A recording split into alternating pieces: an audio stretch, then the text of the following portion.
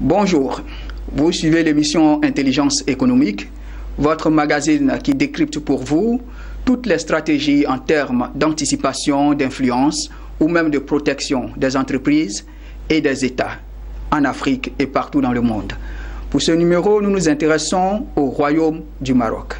Depuis 3 ans, le roi du Maroc, Mohamed VI, et ses capitaines d'industrie ont entrepris une offensive diplomatique et économique dans les pays au sud du Sahara. Qu'est-ce qui fait courir le roi du Maroc? Qu'est-ce qui fait courir les industriels marocains? Nous en parlerons dans ce numéro.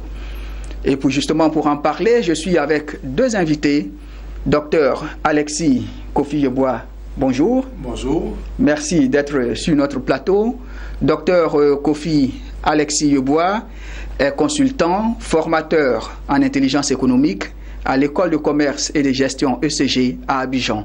Également sur ce plateau, M. Sadia Zouzou, bonjour. Bonjour. Merci également de nous rejoindre sur le plateau de Business 24 Africa. M. Sadia Zouzou est spécialiste en intelligence économique. Avant d'entrer dans le vif du sujet, cette émission a 2 phases. Dans la première phase, nous parlons un peu de la discipline intelligence économique, une phase un peu didactique. Chers invités, si vous le voulez bien, nous allons parler de l'importance de l'intelligence économique et de son impact dans la vie des entreprises. À tout de suite.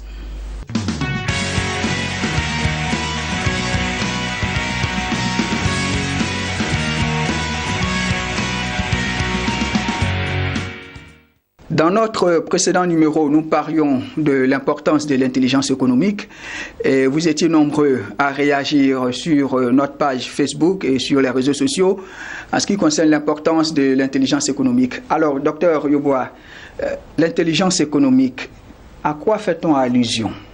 Merci pour cette question. L'intelligence économique, comme nous l'avons dit, précédemment, est une science qui se veut une science qui veut que les entreprises puissent capter les signaux faibles. Mais pour pouvoir bien comprendre, si vous permettez, nous pouvons aborder les 3 dimensions essentielles de l'intelligence économique. D'abord, la définition, c'est pour capter les signaux faibles en vue de conférer à une entreprise donnée des avantages concurrentiels, décisifs, défendables et durables. Quand vous parlez de signaux faibles, à quoi devons-nous nous attendre? Les signaux faibles, ce sont des informations, ce sont des données que nous ne pouvons pas percevoir d'emblée. Donc, il n'y a que les personnes qui sont préparées, qui sont formées, qui ont les oreilles préparées, qui ont les yeux préparés, qui peuvent les capter. Les signaux faibles, ce sont des informations qui sont essentielles, qui peuvent être une phrase, ça peut être un mot, ça peut être un chiffre, et alors il faut être préparé. Voilà. C'est ça les signaux faibles, parce que les signaux faibles ne viennent pas seuls, ne viennent pas avec un grand bruit. C'est fait parce que tout le monde ne l'entend pas. Voilà. Et pour pouvoir les capter, si vous n'avez pas eu la formation pour, vous allez passer à côté. C'est pour ça que souvent, vous avez sur un marché, il y a des gens qui voient qu'il y a une opportunité ici, d'autres ne voient pas qu'il y a une opportunité là. Et il y en a qui sont les premiers à se lancer. Et quand les autres viennent, en général, c'est trop tard. C'est trop tard. Monsieur Sadia, intelligence économique, pourquoi faire? Ok, en fait, je voulais revenir un peu à ce que le docteur Yeboah a dit tout à l'heure. Je vous donner un exemple un peu des signaux faibles. Et puis par le passé, on parlait d'attentats déjoués, soit par exemple dans les pays, soit par exemple au Mali, au Burkina, etc. etc. Alors donc, ça aurait pu mettre la puce à l'oreille à certains responsables, certains acteurs économiques dans le domaine, je prends l'exemple du domaine hôtelier, pour savoir que si on a attaqué un hôtel, soit par exemple, fût-il petit, quelque part, il faut pouvoir interpréter ces signes-là pour se dire, mais attention, je risque d'être attaqué moi-même du jour au lendemain si je ne prends pas, si je n'anticipe pas pour prendre, j'allais dire, des mesures. Voilà, pour pouvoir me protéger. Voilà, donc c'est ce que je voulais dire par rapport aux signaux faibles. Donc à vous écouter, les États, les entreprises doivent mettre en place une cellule d'intelligence économique pour capter ces signaux faibles, pour faire attention à ce qui se passe ailleurs, mais dans quel but? Bien, pour pouvoir aborder les buts, nous pouvons parler immédiatement des 3 dimensions de l'intelligence économique. Il y en a 3. La première dimension, c'est l'anticipation. On anticipe pourquoi? On anticipe pour pouvoir saisir les opportunités et puis détecter les menaces. C'est essentiellement ça. Il faut anticiper. Mais pour anticiper, si vous n'avez pas l'information, vous ne pouvez pas anticiper. Tout à fait. Ensuite, la troisième dimension, c'est la protection. Une entreprise comme un État a des richesses, a des biens, a un patrimoine qu'il faut protéger. Et une entreprise, ce sont les brevets, les inventions, les modèles, les dessins, qui sont des éléments immatériels, mais il y a aussi les éléments matériels, la sécurité physique même de l'entreprise. Souvent, on est là, on dit, ah, j'ai été espionné. Mais j'ai été espionné, mais qu'est-ce que vous avez fait pour éviter d'être espionné? Alors, il y a des techniques pour pouvoir approfondir la protection d'une entreprise. Donc, l'intelligence économique pour anticiper sur ce qui peut arriver, pour se protéger, et quoi d'autre? Et ensuite, une fois que nous avons fini de nous protéger, alors il faut faire de l'influence. L'influence a deux éléments. Dans l'influence, vous avez le lobbying et le réseau, ce que les anglophones appellent le networking. Vous devez pouvoir influencer votre environnement. Vous avez détecté les signaux faibles, vous avez anticipé, vous êtes protégé, mais vous ne devez pas rester les bras croisés.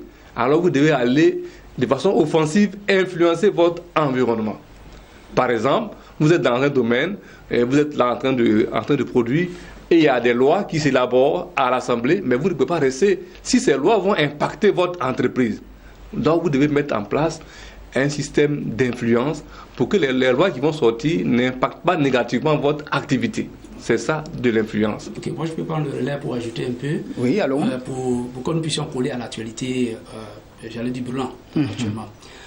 Nous avons vu le problème avec les sociétés on appelle ça agrobusiness. Tout à fait. Ok, nous avons vu beaucoup de nos compatriotes qui ont investi beaucoup d'argent, qui ont fait des placements dans ces structures. Il y a aussi certains dirigeants de ces entreprises-là à qui appartenaient ces entreprises, qui employaient des Ivoiriens. Et je pense que si il y avait eu une structure, si les gens avaient pris cette disposition-là, ils auraient su par exemple que l'État qu'il avait une possibilité pour l'État d'enquêter sur leur activité et que ces enquêtes-là pourraient certainement aboutir à ce qui est arrivé aujourd'hui, par exemple. C'est-à-dire l'arrêt des activités, l'État demande le remboursement des souscriptions. Et depuis, bon, c'est le branle-bas. C'est le branle-bas. Mais ça, c'est la partie visible de l'iceberg.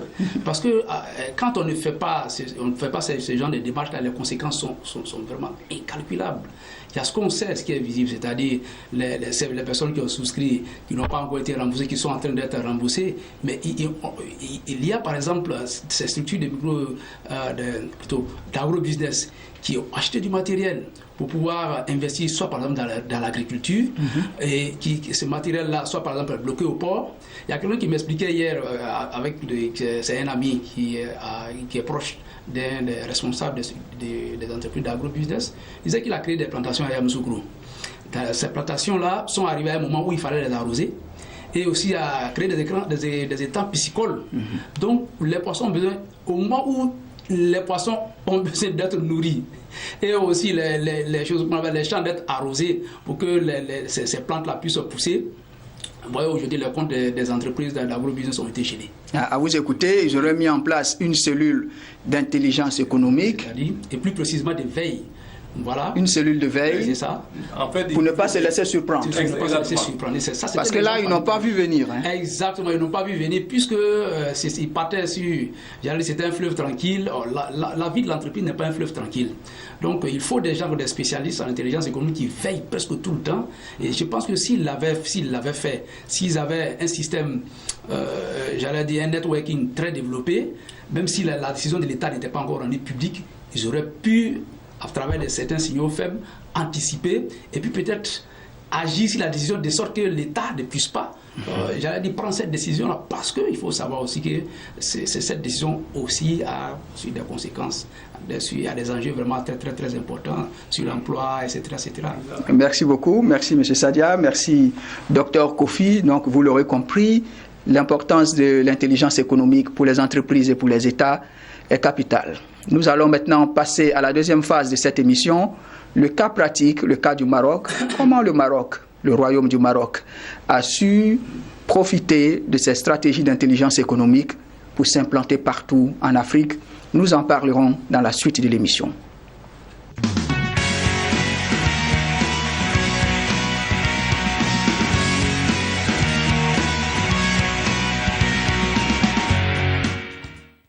De retour sur le plateau en 2014, le continent se surprenait de voir l'intérêt soudain du Royaume du Maroc pour les pays africains subsahariens.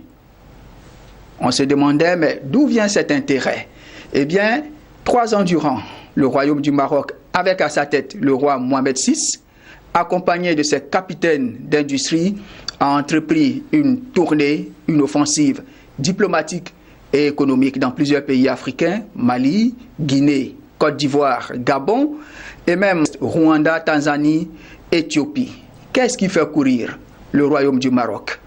Nous en parlerons, et toujours avec nos 2 consultants, docteurs.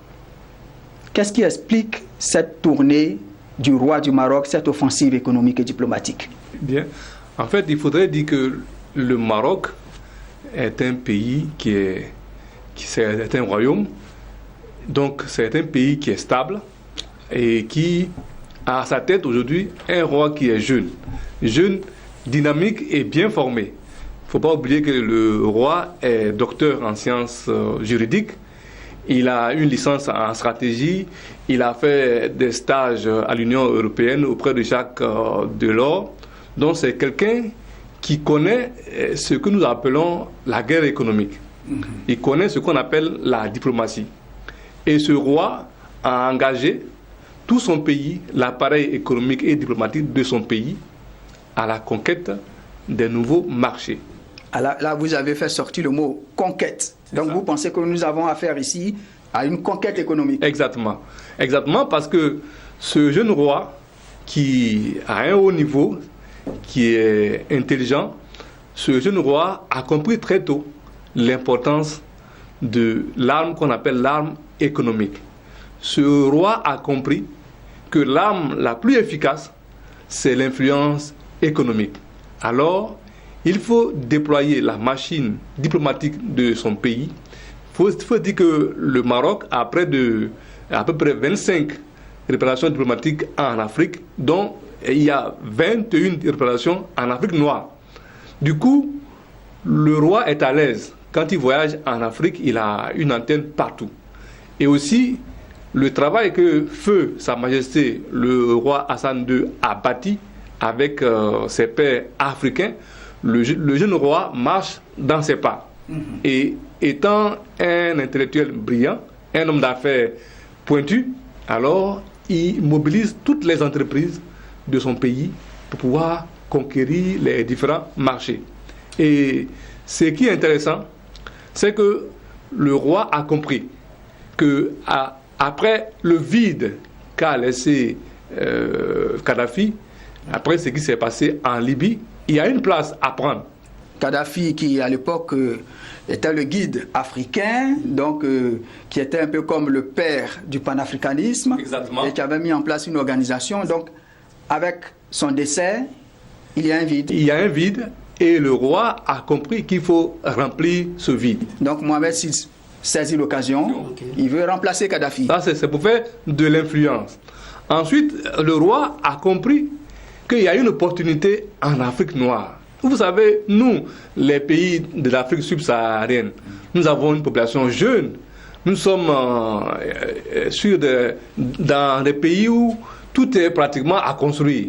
Les routes, les écoles, les hôpitaux. Donc, il y a de quoi faire dans ces pays. Vous prenez un pays comme la Guinée, c'est un pays pratiquement neuf. Tout est à faire. La RDC, c'est pareil. La Côte d'Ivoire même, qui sort d'une longue crise, tout est pratiquement à reconstruire. Et le roi a compris qu'il faut saisir ces opportunités. Souvent, nous avons des entreprises qui ne marchent pas bien.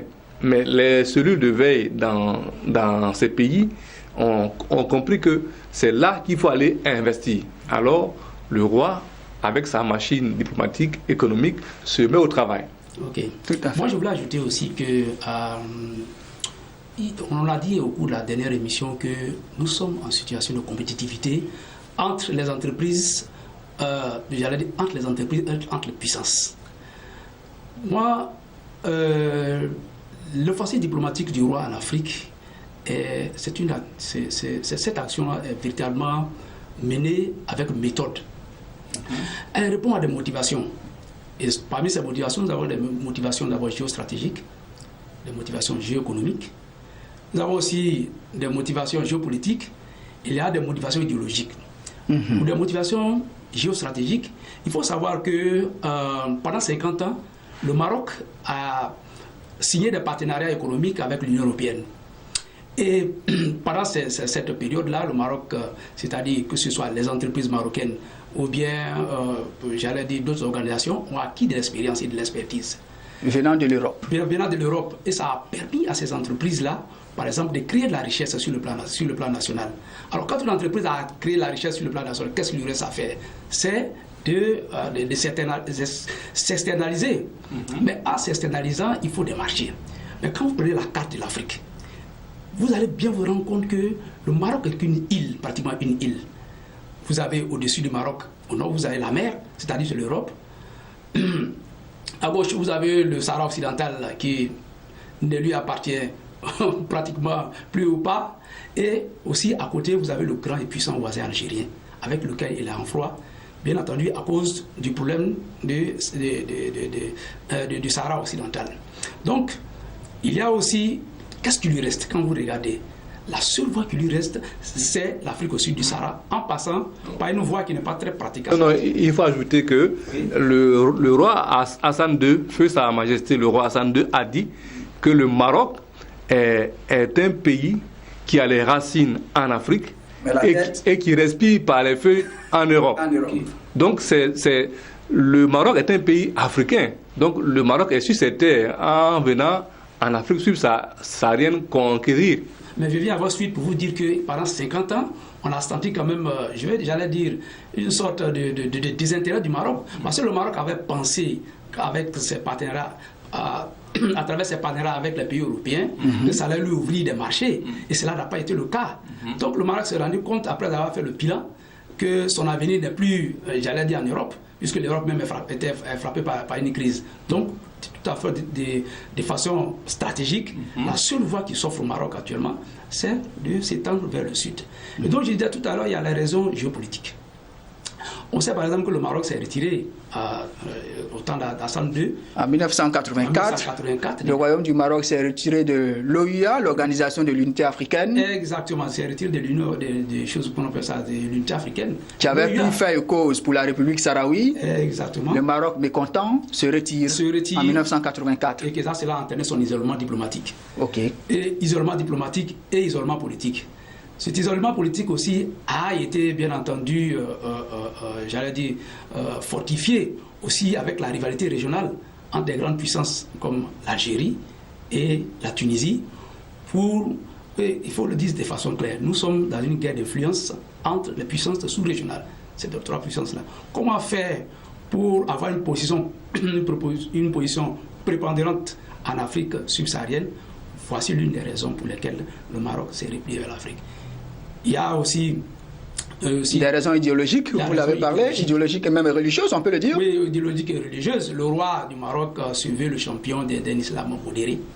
Et cela se caractérise par le fait que depuis un certain moment, le roi s'est impliqué à travers l'Institut du monde arabe dans la formation de plusieurs imams. Et donc, à ce propos, nous pouvons, le Maroc, en le faisant aussi, le couper l'herbe sous le pied de certains combattants sahraouis qui pourraient être tentés de ce genre de mouvement islamique.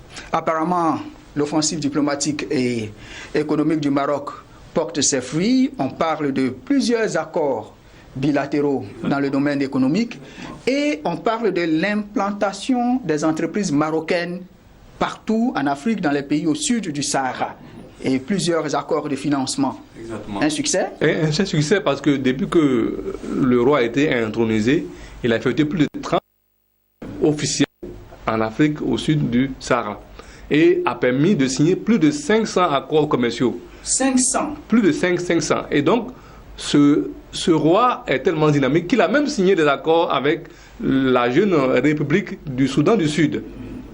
C'est-à-dire que c'est un roi qui sait où il faut mettre les pieds. Voici un jeune État où on peut dire qu'il n'y a rien, mais le roi sait qu'il y a quelque chose à prendre là-bas demain. Tout à fait.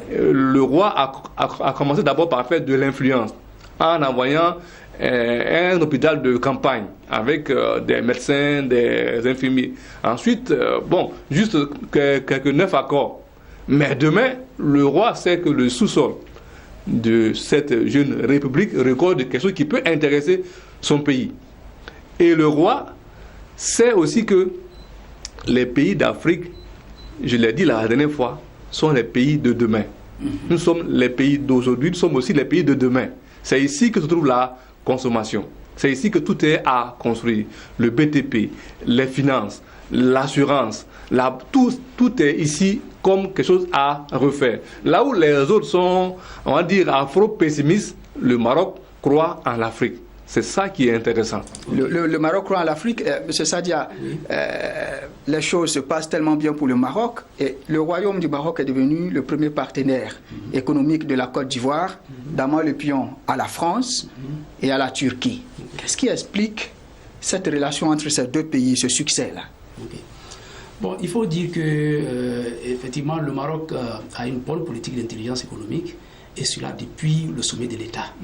Donc cela dit, ça lui a permis de s'appuyer sur ses forces et aussi de pouvoir d'utiliser les opportunités afin de parvenir à ses buts. Ce sont des buts stratégiques. Donc, je vais dire que le Maroc entretient des relations décomplexées avec les dirigeants africains. Et aussi... Par relation décomplexée, est-ce que j'y arrive? Vous attendez quoi?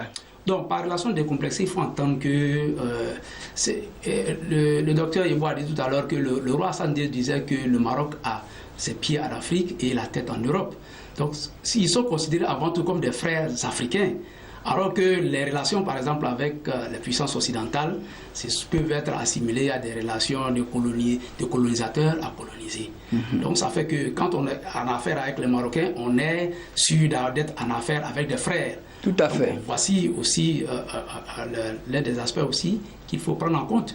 Et puis aussi un élément très important, ayant développé la veille, ayant développé l'intelligence économique à un tel niveau, ils savent par exemple aujourd'hui que nous sommes en train d'entrer dans une nouvelle ère, l'ère de la connaissance, l'ère du savoir. Et c'est pour cela que le Maroc accorde, il y a près de 7500 étudiants africains au Maroc actuellement, dont 68% sont des boursiers de l'État marocain. Oui, mais apparemment on a l'impression que le royaume du Maroc dépense de l'argent pour ces boursiers africains. Maintenant, vous dites que c'est stratégique. Mais bien entendu, c'est stratégique. Ça fait partie, j'allais dire, des outils que nous utilisons en intelligence économique. Il y a une arrière-pensée derrière cela. Rien n'est gratuit. Nous sommes en économie, vous comprenez. Donc, ces dirigeants-là, ces élites-là qui sont formées demain, sont des personnes qu'on peut utiliser, par exemple, pour avoir du renseignement économique, par exemple. Parce qu'en Afrique, nous n'avons pas de tradition écrite. Donc, on n'a pas de data, on n'a pas de big data, mais on a des relations qui sont des relations humaines. Donc, ces renseignements humains-là sont beaucoup plus sûrs que des renseignements qu'on pourrait avoir, j'allais dire, dans les bases de données ou bien dans des big data. Donc, voici pourquoi le Maroc a compris l'importance stratégique de l'éducation, étant donné que le Maroc lui-même en a profité pendant les longues années où il était en contact avec l'Europe, où beaucoup de Marocains sont allés se former en Europe pour apprendre des techniques modernes de gestion dans des domaines très pointus. Voilà. Oui, docteur Yeboah, qu'est-ce qui explique que le Maroc soit passé en tête? On s'imagine le partenaire traditionnel de la Côte d'Ivoire, c'est la France. Exactement. Non, il faudrait ajouter même au-delà de ça, le Maroc a compris. Nous, la Côte d'Ivoire, déjà en 2011, nous sortions de la crise. Personne ne pariait sur la tête de la Côte d'Ivoire, parce qu'un pays qui a fait 10 ans de crise. Mais le Maroc ayant utilisé l'intelligence économique, c'est qu'un pays qui sort d'une crise, c'est un pays où il faut aller investir. Parce que tout est à reconstruire, tout est à rebâtir. Et le roi du Maroc a été l'un des premières autorités à venir rendre officiellement visite à notre président. Et avec le travail que son Excellence, le président Alassane Ouattara, a fait, et la diplomatie qu'il a continué à bâtir, il a repositionné la Côte d'Ivoire, un pays devenu fréquentable, alors un pays qui est prêt à accueillir les IDE. Le Maroc, bien entendu, a saisi cette opportunité là où les autres ont plutôt fermé, parce que ces entreprises, elles étaient déjà sur place, elles ont subi les pillages, elles ont subi plein de choses, ce qui est normal. Ce qui est normal, il faut les comprendre. Mais elles ont fermé ces entreprises ou bien elles ont délocalisé. Mais vous savez que nous sommes en guerre économique. Et en termes de positionnement stratégique, la nature aurait du vide. Si vous laissez votre place, quelqu'un d'autre va l'occuper. Et le Maroc a eu de la place parce que c'est un entrant puissant qui est venu et qui s'installe. Le Maroc a les compétences. Tout à l'heure, le collègue vient de le dire, Sadia, que les entreprises européennes ont signé des accords. Ces entreprises sont venues s'installer au Maroc. Ils ont formé les Marocains. Les Marocains sont relativement avancés par rapport à nos États. Alors, ils ont leur savoir-faire à vendre. Et donc, c'est normal qu'ils viennent ici, que nous avons aujourd'hui à Doha, qui fait des maisons, à Alliance qui fait des maisons. Nous avons les assurances SAM et tout ça. Donc, ils ont du savoir-faire à vendre. Des banques. Et les banques, je n'en parle même pas même. Et parce que le Maroc a développé ce qu'on appelle l'ingénierie financière. Ils sont devant. C'est pour ça qu'à Casablanca, aujourd'hui, il y a une grosse place financière qui est née, qui capte beaucoup de fonds. Que ces fonds sont mis à la disposition des entreprises marocaines pour qu'elles puissent venir réinvestir dans les autres pays. C'est ça, en fait. Et le Maroc, je reviens encore sur la valeur de l'intelligence économique. Ce pays a compris très tôt, en 90 déjà, le roi Hassan II a mis en place le premier think tank pour que des gens, 14 personnalités de haut niveau, puissent s'asseoir pour réfléchir comment, de façon stratégique, ce pays va aller de l'avant en captant les opportunités qui sont sur tout le continent. Okay. Mais il faut relativiser avec le cas de la Côte d'Ivoire. Il faut dire que les grandes puissances sont en compétition. Les grandes puissances sont en compétition et on ne s'aventure pas dans le terrain d'une grande puissance sans avoir au préalable signer soit des accords, soit directs ou des accords tacites. Parce que, justement, parce qu'on se demanderait, la France laisse-t-elle faire? Je ne pense pas. Moi, je pense, à mon avis, qu'il y a eu déjà, je crois, une initiative déjà en 2013 par le président français Védrine, déjà, où il y a eu un rapport. Et dans ce rapport-là, il était question d'un partenariat entre la France et l'Afrique. Ce rapport disait que l'Europe a suffisamment, à cause de la crise en Europe, l'Europe a suffisamment formé d'élites et de compétences au Maroc et que l'Europe peut enfin s'appuyer en utilisant le Maroc comme sous-traitant de ses investissements en Afrique.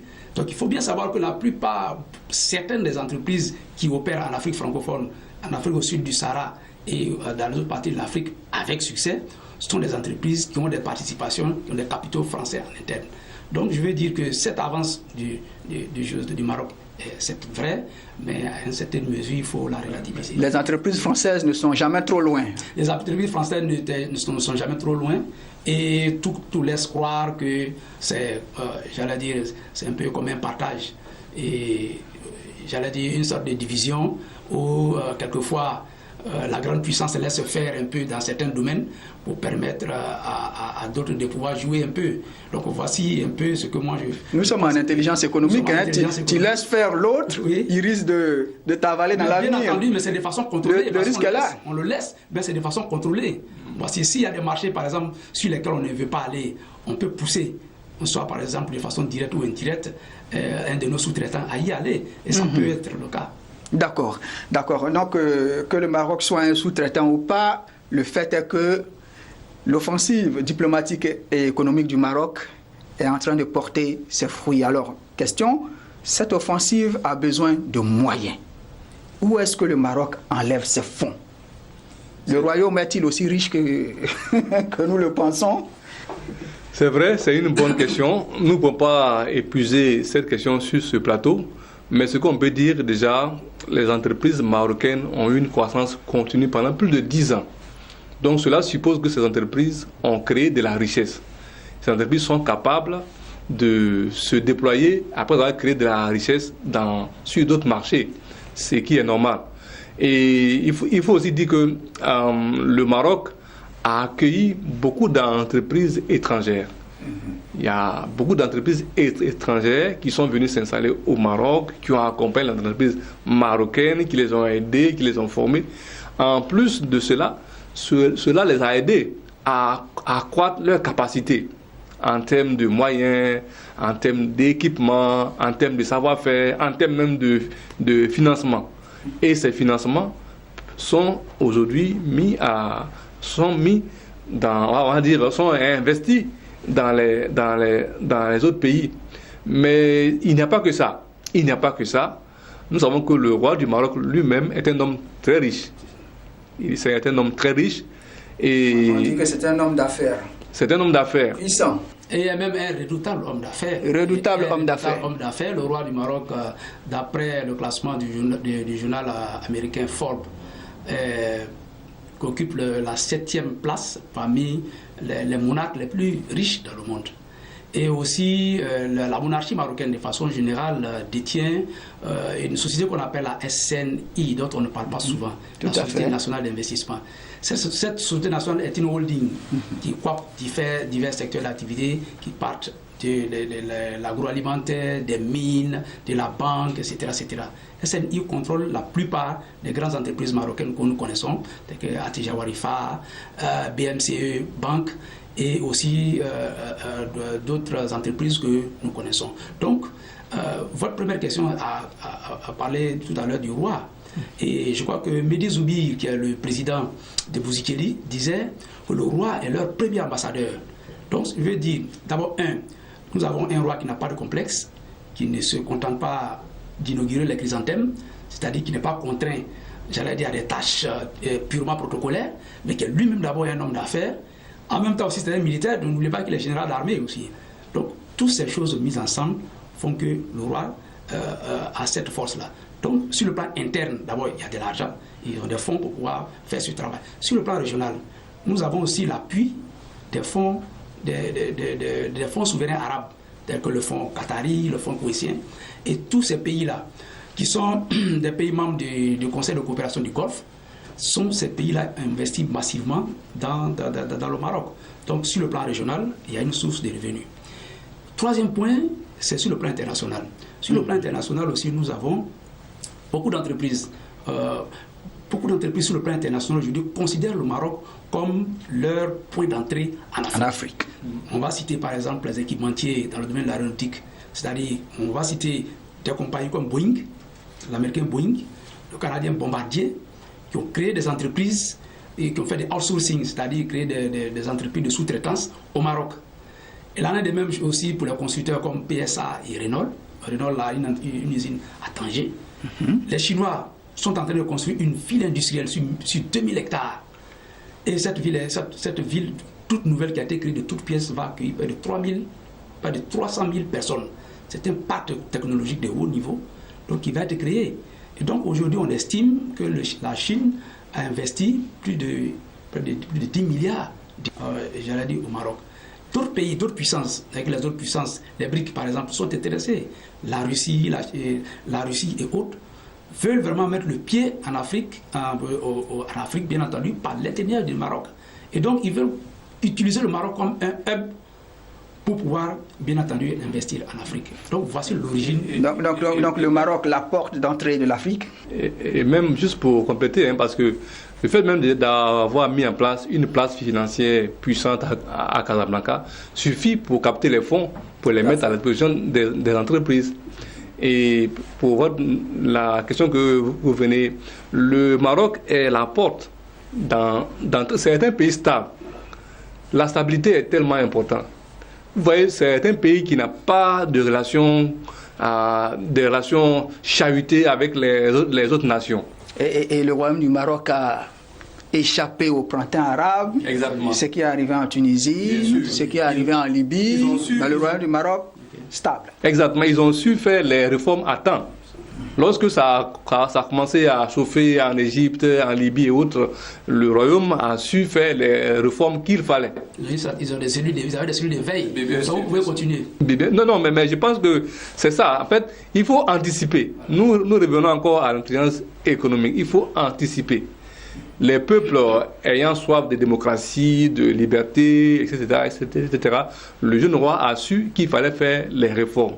Et aujourd'hui, il y a une nette séparation entre ce que fait le chef du gouvernement et ce que fait le roi du Maroc. Merci, chers invités. Et notre émission tire à sa fin. Et une question, jusqu'où ira le royaume du Maroc? Monsieur Sadia. Les Anglais disent that is the question. Mais nous, en intelligence économique, nous pensons que le Maroc va exploiter toutes les possibilités qui lui sont offertes, en s'appuyant sur sa force et, j'allais dire, utiliser toutes les opportunités qui lui sont offertes pour pouvoir atteindre son objectif, c'est-à-dire réussir à positionner ses entreprises et avoir un avantage concurrentiel durable sur le continent africain, qui est un continent sous-exploité ou bien encore non exploité dans certains domaines. Et je pense, moi, à mon humble avis, que ce n'est pas encore fini. Le Maroc ira très loin. C'est vrai qu'il y a des zones qui peuvent être qualifiées de zones rouges, soit par l'Afrique du Sud, et aussi, bien entendu, il y a le rival marocain, plutôt le rival algérien et tunisien. Qui s'est réveillé avec un forum économique africain récemment. Bien entendu aussi. L'Algérie se réveille petit à petit. L'Égypte est là aussi. Alors donc, il faut dire aussi que ces pays aussi ne vont pas dormir et ils ne dorment pas. Ok. Docteur? Pour moi, je dirais qu'il faut compter avec le Maroc. C'est le futur dragon d'Afrique et nous en sommes fiers que ce pays qui est parti pratiquement de rien, le Maroc n'a pas beaucoup de ressources, c'est le tourisme, c'est les agrumes, c'est le phosphate, mais avec l'ingénierie financière, avec des hommes avisés, on peut bâtir des choses extraordinaires. Et le Maroc aujourd'hui est en train de capter tout ce que nous pouvons appeler comme sous-traitance en matière d'industrie. Et donc, surtout d'industrie de pointe. Exactement. Dès que vous commencez à fabriquer les pièces des avions, mais de même vous allez fabriquer autre chose. Voilà, donc c'est un pays avec lequel il faut compter. C'est le futur dragon de l'Afrique et nous en sommes fiers. Donc le Maroc ira très loin. Merci, chers invités. Nous rappelons que nous parlions du Royaume du Maroc et de son offensive diplomatique et économique en Afrique, surtout dans les pays au sud du Sahara. Nous étions avec Dr Alexis Kofi-Yeboah.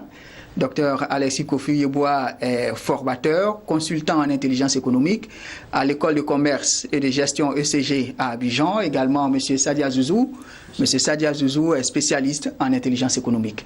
Merci, chers invités, pour votre participation à cette émission. Chers téléspectateurs, merci de nous avoir suivis et restez sur Business 24 Africa.